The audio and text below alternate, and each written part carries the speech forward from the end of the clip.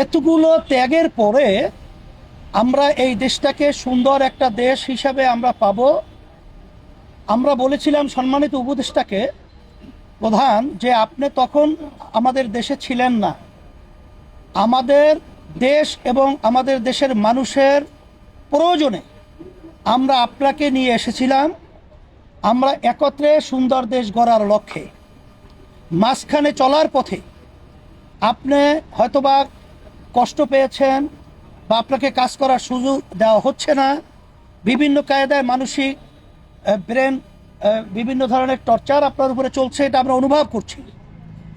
আমরা বলছি যে আমরা যদি যারা নাকি রাজপথে দেশ গড়ার যোদ্ধা রয়েছে, এখানে আমরা জিতলে একসঙ্গে জিতবো, ঠকলেও একসঙ্গে ঠকবো, কিন্তু মাঝ পথে আপনি রণভঙ্গ দেবেন আর মাঝপথে সমুদ্রে আপনি আমাদেরকে ফেলে চলে যাবেন, এটা হতে পারে না। এই ধরনের চিন্তা আপনার মাথায় যেন না আসে, এইটা আমরা আশ্বস্ত করেছি। আর সাথে সাথে আমার ভাই তো বলেছেন যে আমরা প্রয়োজনীয় সংস্কার যদি না হয়, জাতির যে একটা প্রত্যাশা সুষ্ঠু একটা নির্বাচন, সেখানে পেশি শক্তি, সেখানে কালো টাকার দৌরাত্ম্য সহ বিভিন্ন পর্যায়ে ঘাপটি মেরে যারা নাকি নির্বাচনকে প্রশ্নবিদ্ধ করবে, এই বিষয়গুলো যদি সংস্কার না হয়, সেখানে নির্বাচন তো আবার সেই বিগত দিনের ইতিহাস যেখানে কলঙ্কিত, সেই আবার এই 24 যে আগস্টের যে অভ্যুত্থান, সেটা আবার বাস্তবায়ন হবে, এটা আমরা চাই না। এই জন্য আমরা বলছি প্রয়োজনীয় সংস্কারগুলো আপনারা দৃশ্যমান তড়িৎ আপনারা এটা করবেন। এবং যারা নাকি আমাদের মায়ের কোলকে খালি করেছে, আমাদের দেশকে সন্তান হারা করেছে এবং পঙ্গুত্ব বরণ করেছে, এই অপরাধীদেরকে, ফ্যাসিস্টদেরকে, গুমিদেরকে, খুনিদেরকে আয়নাঘর যারা বানিয়েছে, আন্তর্জাতিক সমস্ত দুনিয়ার ইতিহাস লঙ্ঘন করে এদের বিচার দৃশ্যমান করতে হবে এবং জাতীয় নির্বাচন এইটা একটা পরিবেশ তৈরি করতে হবে।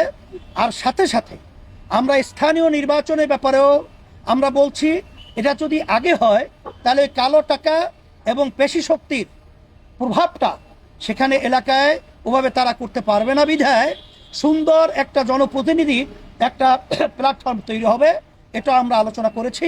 আর সাথে সাথে আপনাদের সকলকে আমরা ধন্যবাদ জানাই এর জন্যে যে আমরা যেন এই দেশ গড়ার ব্যাপারে আমরা সবাই একাকার হয়ে অন্তর্বর্তীকালীন সরকার সহ এবং যারা আমরা রাজনৈতিক জুলাই অভ্যুত্থানে যোদ্ধা যারা আমরা ছিলাম, প্রশাসন সহ, সাংবাদিক বন্ধুরা সহ সকলকে আমরা একত্রিত হয়ে আমরা দেশ গড়ার ব্যাপারে আমরা যেন একাকার হয়ে কাজ করতে পারি।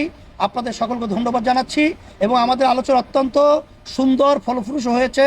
এবং বলেছি আমরা যে আমাদের সকলেই আমরা অনেকে তো দাবি করি ডিসেম্বর নির্বাচন হওয়া, 25, কেউ দাবি করি রমজান, কেউ দাবি করি অমুক।